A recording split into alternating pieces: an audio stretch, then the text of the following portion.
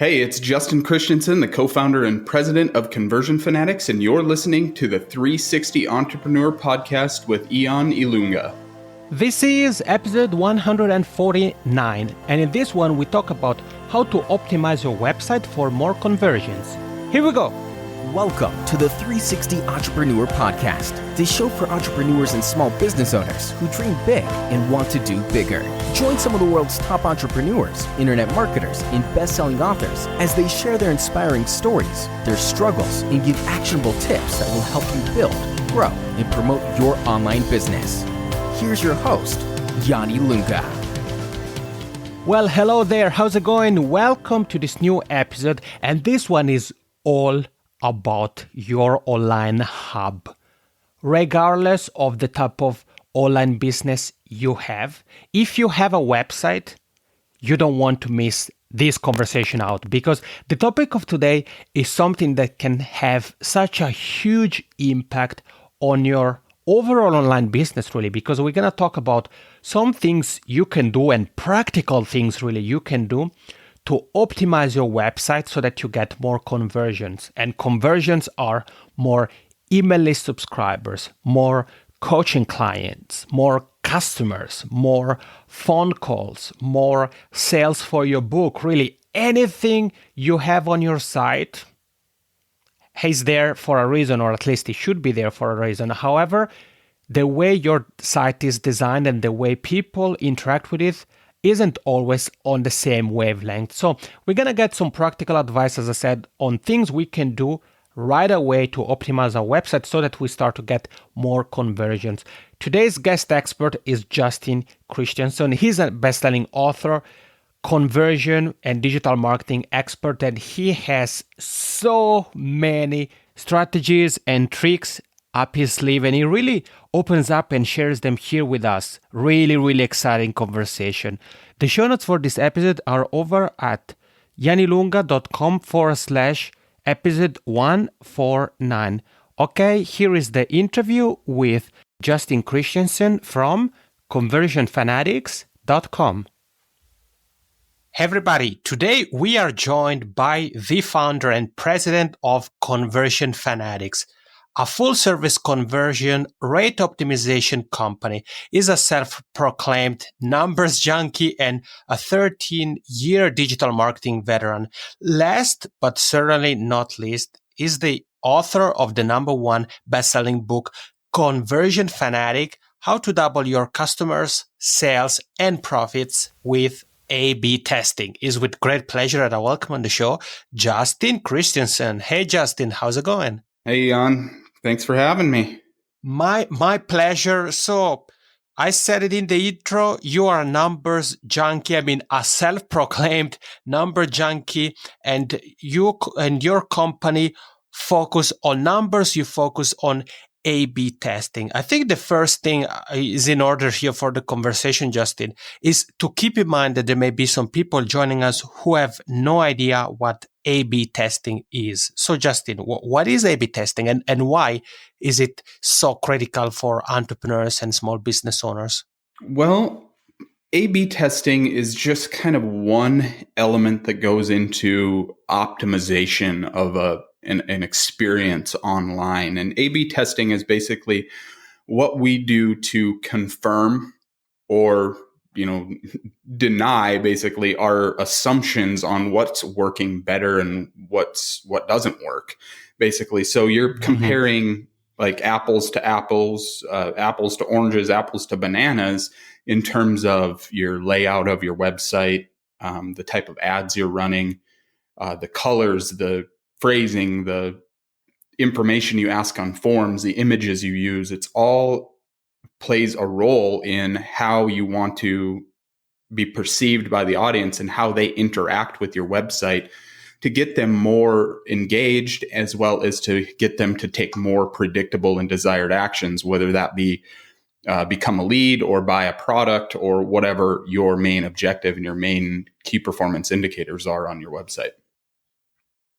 Okay. And, Justin, when I think about A/B testing, One of the first things that comes to mind to me is the welcome mat, what has become really, really popular way to capture email addresses. And I've used that on my site, and I've done some A/B testing. So I've tried some different text or different colors of the button to see which version converts better. And you told us A/B testing is just a component of the bigger thing, which is conversion rate optimization for a full site. So what other elements are there that are important when it comes to conversion rate optimization? So A/B testing, like I said, is just what we do to confirm.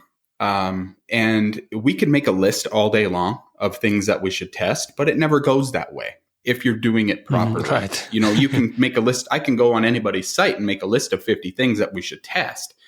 But what we do is we analyze the existing conversion data. We analyze your analytical data. We take a look at heat maps, click maps, screen recordings of people visiting your site. We do user testing. Mm-hmm. Compiling all of this information, as well as doing competitive analysis, finding out what other people in the marketplace are doing for leverage points. And then we create what we call a testing hypothesis. So we figure out, okay, here's some areas that are in need of improvement. What are the main areas we need to focus on first? And then from there, we say, okay, what do we need to test first? And why are we testing this? What is the desired outcome that we want out of this?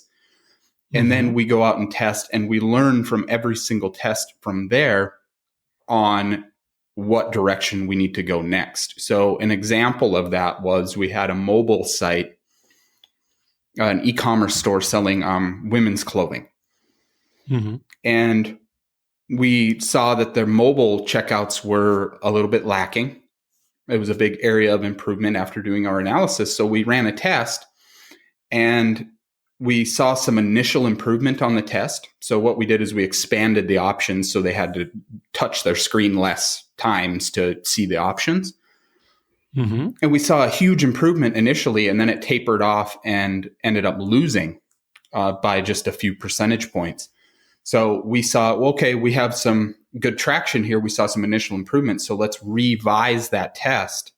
And we made some adjustments to the test, retested it, and ended up increasing their mobile checkouts by 36%. Wow, that's pretty crazy. That's really crazy, and it's interesting because you said there could be a list of so many things that we could focus on and test, but there are a couple of things that you mentioned that I think those are probably things that everybody who's here with you and I could check out. And one is definitely the heat maps. And I think that's very critical, especially when we're thinking about placing an element on, let's say, on our homepage, for example. So Justin, can you tell all of us or all the people who are here with you and I, in case they don't know what heat maps are, how can those be of service to their site? Yeah, so heat maps and click maps are services like one of our favorites is Crazy Egg, or Hotjar are a couple good examples. And it basically places a little snippet of code on your site, and it creates an overlay of kind of some analytical data and sees how far people are scrolling down as a whole. Mm-hmm. And then the click maps tell where people are clicking on your site, what they're paying attention to, what they're not. So what heat maps allow us to do is see, maybe you don't have a call to action, but further down on your homepage and people aren't seeing it as a whole. So maybe you got 90% drop off before people are actually seeing it. So you might want to move your call to action up more into the top of the page where people can actually see it. Another example is you might have a video on your page that is part of your, element or whatever on your homepage, and you find out that people aren't clicking on it to watch it. So it's rendered basically useless. Right. So heat maps can really just give us insight as to how the users are interacting, how your visitors are interacting with your site. So we can set it up for things to test and move them further down the process of where you want them to go. I love it. And you mentioned a few tools that we can use to do that. And like in every episode, guys, you're going to find the link to the tools to Justin's company site, conversionfanatics.com, and everything else we cover in the show notes. You mentioned a couple of tools, and I think what is so good about these kind of resources is that they really take away the guessing part, because we may put a video on our homepage, like you said, Justin, and we're thinking, well, okay, that's going to be performing very well, is going to convert like crazy. And then when we check with heat maps, we see, well, actually people aren't really paying attention to it. Or maybe other way around, we may have, let's say, a big picture on our homepage that we put it there because we want to reinforce our personal brand. And once we check with the heat maps, we see that people are actually clicking the image, but there's nothing happening when they try to click it. So that tells us that, yeah, maybe we could leverage that information we just gathered from heat maps to do something. So to make it a clickable image and do, for example, a 2-step opt-in or something like that. And when we talk about doubling leads or increasing leads and sales through website optimization, you already told us the example of one of your clients, the e-commerce side. What are some of the things we can all do, some of the steps we can take to start to increase our leads and sales through website optimization? So a couple things that we always look for when analyzing a site is the call to action clear? Like I always say, you can't assume anything in marketing. Right. If your assumptions are going to be, even after over 1,500 split tests and me doing this almost 14 years, I'm proven wrong all the time. And it's always surprising. That's what makes testing so fun and interesting, because you just never know what's going to work. You can have a good idea and a good starting point, but it's all about testing and learning from those mistakes, or not mistakes, but the losing variations. I never think anything's a mistake in testing, but we always look for the clearest path to the end goal. So if I land on the site and I don't know what it is that you do, and what the big benefit is right away, and I have to hunt for it, chances are that your visitors have to do the same. So the biggest element that I say is focus on your headline. I would say if anything you ever test, if you never tested anything else, test your headline. So try to get exactly what I do, what it's going to do for the visitor, and how they are supposed to get it. All within about 16 words or less is typically what I try to fit it in. Then from there, we move on to the call to action. So having a clear next step in the process. So maybe you have a free trial, maybe you have an email opt-in, maybe you just want people to shop now or go to a specific category. Is you want to tell them exactly where to go next and make it very obvious on what the next step is, and tell them specifically what to do. So fill out the form to get this benefit and get this. So tell them exactly what it is. So don't, again, assume that they know what the next step is. Tell them what to do next. Another element that we see is a lot of companies lead with features of their product or service. And nobody cares about features. Right. Nobody really cares about, for example, I'm looking at my MacBook Pro here, and it's got 16 gigabytes of RAM. But what's the benefit of 16 gigabytes of RAM? I don't really care that it has 16 gigabytes of RAM. All I care about is what the result is and what I'm going to get as a benefit of having 16 gigabytes of RAM. The same thing. So don't just shout from the rooftops of how great my product is and look at all these awesome things that it does. Tie that back to how that's going to benefit your visitors. And instead of leveraging it in big paragraphs, break it down into specific bullet points that have the benefits supported by the feature. Because nobody reads online anymore. Right. They skim. Our attention spans are so spread online that they don't focus for more than just a few seconds. So you have to really capture their attention and push them to the next step. And highlight exactly what you do. And benefit bullets are some big elements that we leverage a lot. Okay, that's pretty interesting, Justin. So, first of all, you told us about the headline, focusing on if we were to do just one thing, to focus on that and be really clear on the why and really don't assume anything. And somehow what you told us relates to what we were told by copywriting expert Kevin Rogers when we talked about copywriting. And he also told us, don't assume anything. Just tell people exactly. If you want them to take 2 steps, tell them exactly what those steps are and how they can do that. So if it's about signing up for a newsletter, you may want to say like, click on the button below. So you want to make it very clear.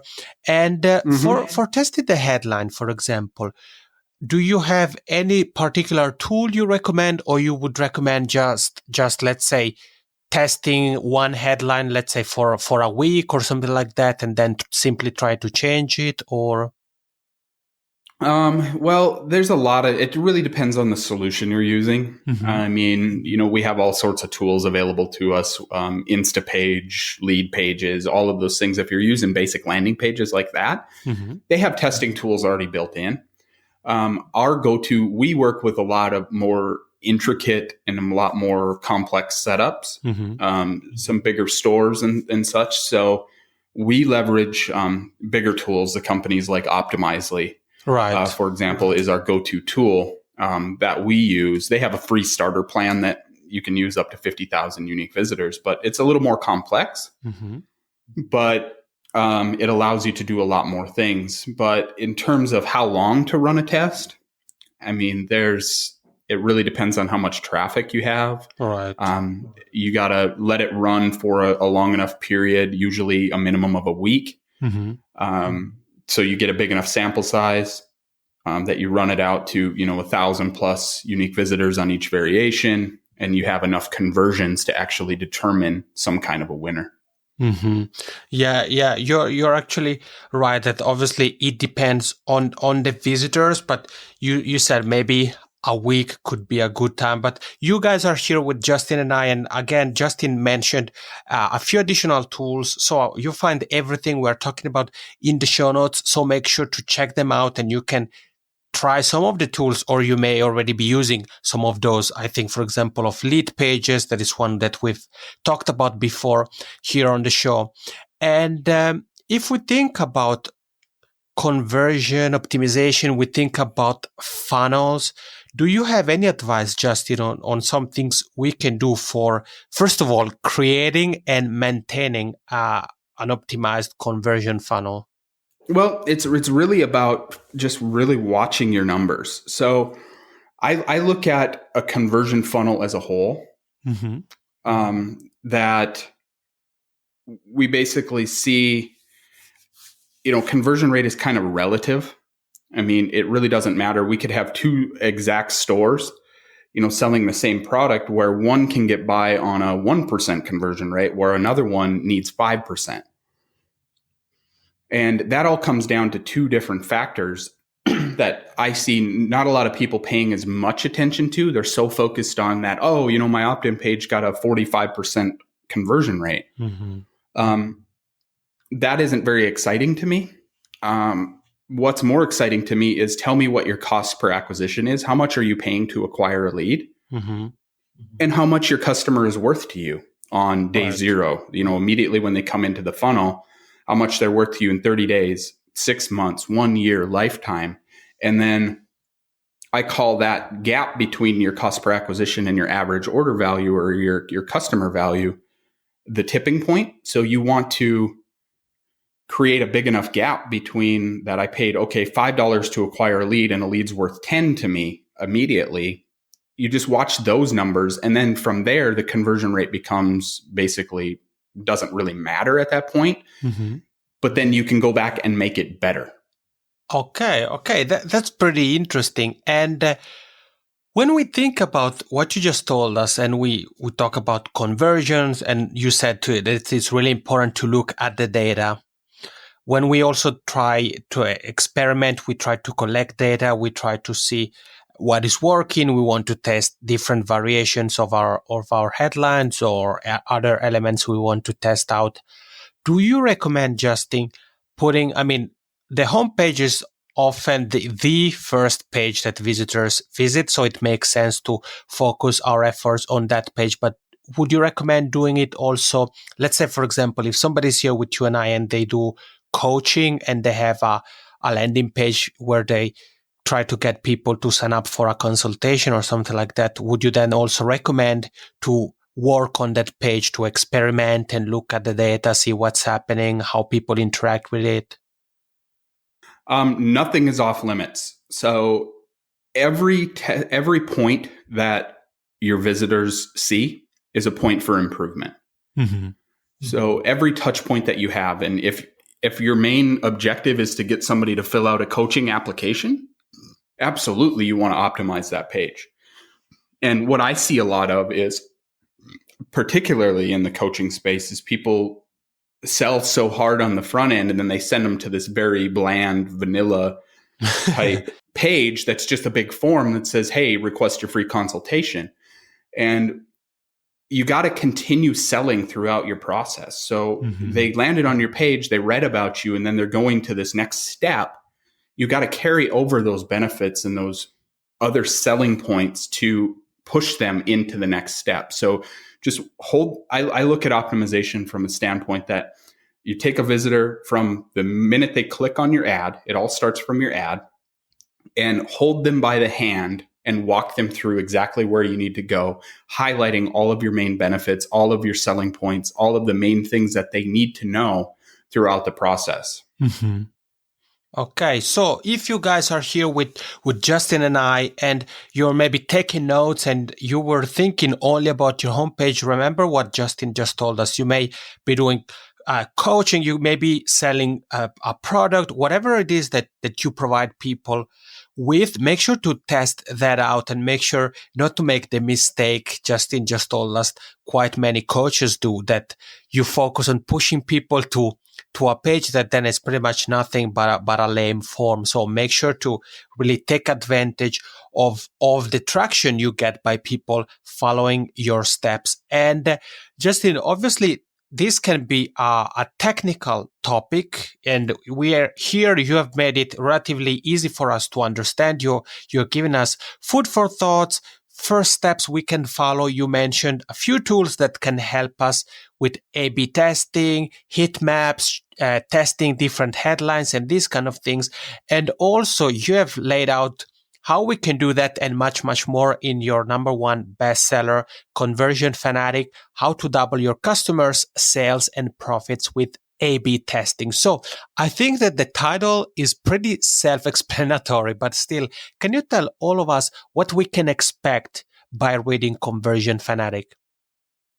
Yeah, so that book took me over a year to write and probably 10 years in the making. It's relatively a short book. It's about 150 pages long and a pretty quick read. But I wrote it from the standpoint that because I read so many books, I read over 50 books last year, and I was tired of all the fluff, right? Of a lot of books out there. And I wrote it that I wanted something to help educate people on the importance of conversion optimization, but also give them some tangible, actionable items that they could take and use immediately, all backed up by real world case studies. So there's case studies all throughout the book that we've seen in our personal testing, and some specific examples, as well as a long checklist of exactly kind of the areas you need to focus on.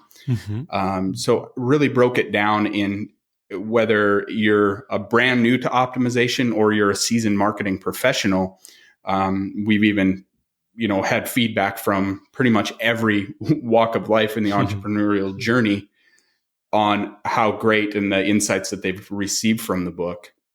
So yeah, you just really going to get some in-depth look that's really actionable and kind of takes you by the hand step by step on exactly what you need to do to get more out of your advertising.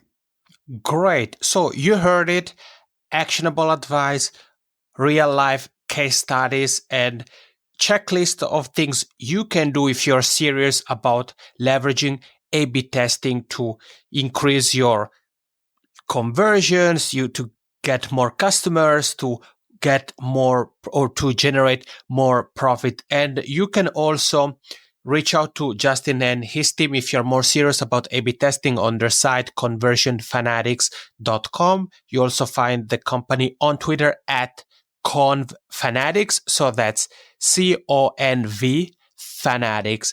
And Justin, if people would like to ask you a question or maybe simply say quickly, thank you for being here on the show and telling us more about the world of A/B testing, what's the best way to do that? You can find me again at conversionfanatics.com, or you can go to Clyxo, CLYXO.com/Justin Christianson, all one word. And that'll have all of my social connections and my email and everything that you need to get a hold of me. Perfect. So you heard it, conversionfanatics.com or Clyxo, and then Justin Christianson all together. And Justin, to wrap up this great conversation, I have one final question for you. And we've been talking about our own site, and we've been talking about how we can optimize the conversion rate, how we can improve it, and all these kind of things. But today's digital world is very, very noisy. So there is a lot of competition. There is a lot of really noise also if we think about social media. So what advice do you have, and maybe something we can do to keep our competitive advantage in this noisy digital world? Well, the biggest thing you can do is never go a day without trying to make something better. Nice. And there's so many people out there that know they should be testing and optimizing, but they're not. And that leaves room for the competitors that are. So play off of your strengths and how you are different in the market, why they should choose you over somebody else, and constantly be looking for ways to make the experience better for your visitors and get them to the path to the end goal a lot quicker, removing those friction points in there. And if you constantly, I go by the old saying, Eric Graham said this, and he said that testing is like a video game, except for instead of a high score, you make more money. So taking that, you constantly have to be evolving. So what worked 6 months ago might not work today. What worked a month ago might not work today. You constantly have to be testing and improving and reviving your message to better appeal to the audience and stay ahead of the trends. And if the minute you let off the gas on that is the minute your competitors are taking advantage of it, and they're going to scoop up all of the traffic because they're converting a lot better than you are. Love it. Those are great words really to follow. And if you've been here with Justin and I, you know what is the next step to take. Make sure that you get started with A/B testing. You follow the advice Justin has shared here with us on the 360 Entrepreneur podcast. And as he said, you keep improving your online platform, you keep testing, you keep looking at the numbers so that you can keep growing and you can keep making a better experience for all the people who check out your site. Justin, thank you so much for being here, telling us more about your book, Conversion Fanatic, for telling us more about the world of A/B testing, and for your inspiring words for standing out in this noisy digital world. I really appreciate it. Yeah, thanks for having me. Appreciate it. And we are back. Justin, thank you for this fantastic conversation. I had such a great time talking to you, and thank you for sharing all these valuable golden nuggets here with us on the 360 Entrepreneur podcast. I'm so grateful. You heard it. Justin has a book, and you find the link to that and everything else we talked about in the show notes at janilunga.com/episode 149. Justin touched on many interesting things. In particular, I liked the fact that he talked about, if possible, trying to have everything on the same platform when it comes to optimizing our website for more conversions, A/B testing things. So I said during our interview, I mentioned different resources. Well, things have changed a bit since that interview. So now I rely on two tools really. One is called Thrive Landing Pages, and I use it to build any kind of landing page, thank you page, webinar registration page, sales page, I use that and I love it because, first of all, it has a fantastic array of features. So you can build any type of page, as I said, and everything is drag and drop. So even if you aren't a coding wizard, no worries. You can, easily build whatever you want to build, drag, drop, change elements, get rid of elements with just a couple of clicks. And another thing I really like is that it has a one-time payment. So if you have a single site, I believe it's $67. If you have more than one site, it's $97. So you pay one time and you get lifetime access to the plugin. Yeah, it is a WordPress plugin, so you'll need a WordPress site in order to be able to use Thrive landing pages. Now, sometimes one-time payments sounds like, okay, the plugin is going to be outdated. Absolutely not. The Thrive team, they often reach out to their community and ask, okay, what do you think is missing from the plugin? And they add features. So the one-time payment simply means that it's a wallet-friendly resource, but at the same time is very, very powerful and always up to date. So that's Thrive landing pages. The second tool I've really been using is called Thrive Leads. And yes, it is by the same company, Thrive. And what Thrive Leads allows you to do is to create opt-in forms. So while with Thrive landing pages, we build entire pages, with Thrive Leads, we can build individual forms and embed them wherever we want. So we can decide to have the same opt-in form displayed below every blog post or in the sidebar only on certain pages. And we can decide to create what we talked about with Justin, the welcome mat. So I mentioned welcome mat with SumoMe. Well, with Thrive Leads, you can create that. And basically, as we said, it's an opt-in form that captures the entire screen or fills the entire screen.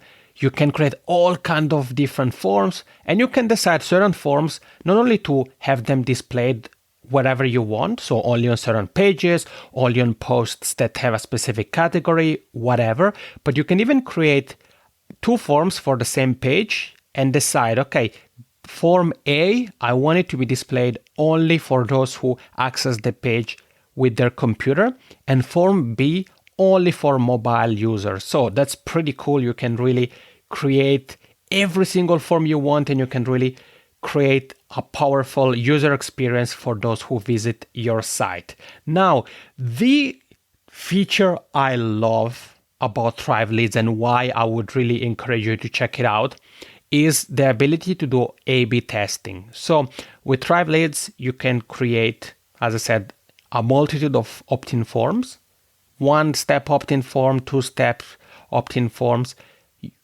welcome mat, bar, widget, below blog posts, two multiple option forms. You can create many different, I believe like it's eight type of different forms, which is pretty cool.